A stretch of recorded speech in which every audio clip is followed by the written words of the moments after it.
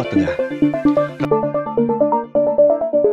Definisi banjir ROB adalah fenomena banjir yang terjadi di tepi pantai karena permukaan air laut yang lebih tinggi daripada bibir pantai atau daratan di pesisir pantai. Banjir ROB juga dikenal sebagai banjir laut pasang. Fenomena ini disebabkan oleh naiknya atau pasangnya air laut sehingga menuju ke daratan sekitarnya. Karakteristik dan ciri-ciri banjirop. Yang pertama, banjirop biasanya terjadi ketika air laut sedang pasang. Yang kedua, warna air yang terdapat pada banjirop umumnya tidak terlalu keruh. Ia tampak lebih jernih dibanding jenis banjir lainnya. Yang ketiga, tidak selalu terjadi pada musim penghujan. Banjirop ini dapat terjadi di luar musim penghujan. Karakteristik yang lainnya yaitu terjadi pada daerah yang mempunyai wilayah dataran lebih rendah daripada wilayah lautan. Daerah yang beresiko mengalami banjirop biasanya memiliki wilayah daratan yang lebih rendah daripada tinggi permukaan laut. Selain itu, air banjir jenis ini berasa asin. Karakteristik lain dari banjirop adalah airnya yang berasa asin. Selanjutnya ada penyebab dari banjirop. Yang pertama yaitu pasang surut air laut. Pasang surut air laut dapat diartikan sebagai naik turunnya permukaan air laut pada periode tertentu, yang merupakan akibat dari pergerakan benda langit terutama matahari dan bulan terhadap massa air laut di bumi. Yang kedua yaitu kenaikan muka air laut. Perubahan iklim dituding menjadi faktor utama dari kenaikan muka air laut. Saat suhu atmosfer meningkat, lapisan permukaan laut akan mengalami kenaikan suhu.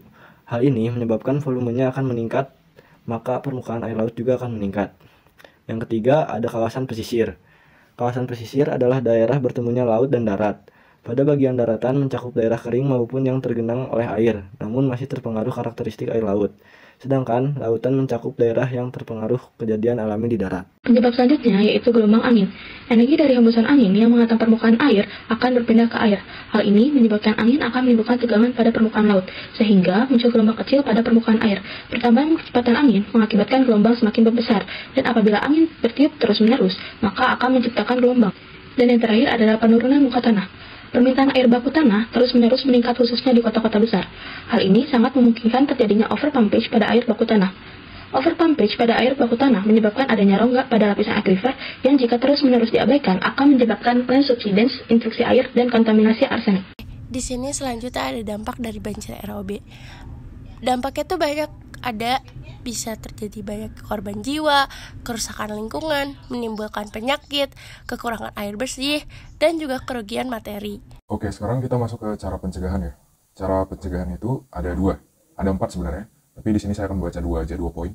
Poin pertama itu penerapan konsep waterfront city ya. Konsep ini melibatkan penataan kembali kawasan pesisir dengan menjadikan air sebagai aspek penting bagi kehidupan masyarakat. Dengan demikian, masyarakat dapat beradaptasi dengan lingkungan yang berubah akibat kenaikan permukaan air laut. Maksudnya ini gimana? Contohnya itu kayak di Amerika ya, San Francisco. Jadi kotanya itu dia ditata sedemikian rupa untuk airnya itu masuk gitu. Jadi kayak sebagai hiasan gitu. Jadi di kota itu juga ada aliran air laut gitu. Bisa lihat di Google aja contohnya. Yang kedua itu ada penerapan konsep tidal gate ya. Konsep ini melibatkan pembuatan pintu pasang surut dan pintu air pada muara untuk menahan air laut yang menuju ke sungai dalam jumlah besar. Ini dapat membantu mengendalikan aliran air laut ke daratan dan mencegah adanya banjirop. Jadi kita buat kayak penanggal gitu ya, agar air dari laut tuh nggak masuk ke sungai. Jadi kayak ada penutup gitu lah nanti dibuat. Cara pencegahan selanjutnya, yang ketiga, pengurangan penyedotan air tanah. Penyedotan air tanah yang berlebihan dapat menyebabkan penurunan permukaan tanah, yang pada gilirannya dapat memperparah banjirop. Oleh karena itu, mengurangi penyedotan air tanah dapat membantu mencegah banjirop. Yang keempat, pemulihan fungsi mangrove.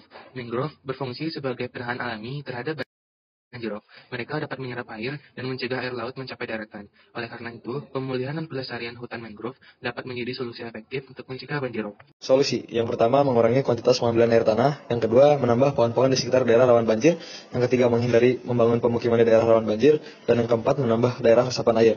Selain hal di atas, tentunya kerjasama antara penduduk dan pemerintah untuk menangani banjir juga sangat diperlukan agar penanganannya dapat terselesaikan dengan baik. Sekian dari kami, terima kasih untuk perhatian dan waktunya. Wassalamualaikum warahmatullahi wabarakatuh.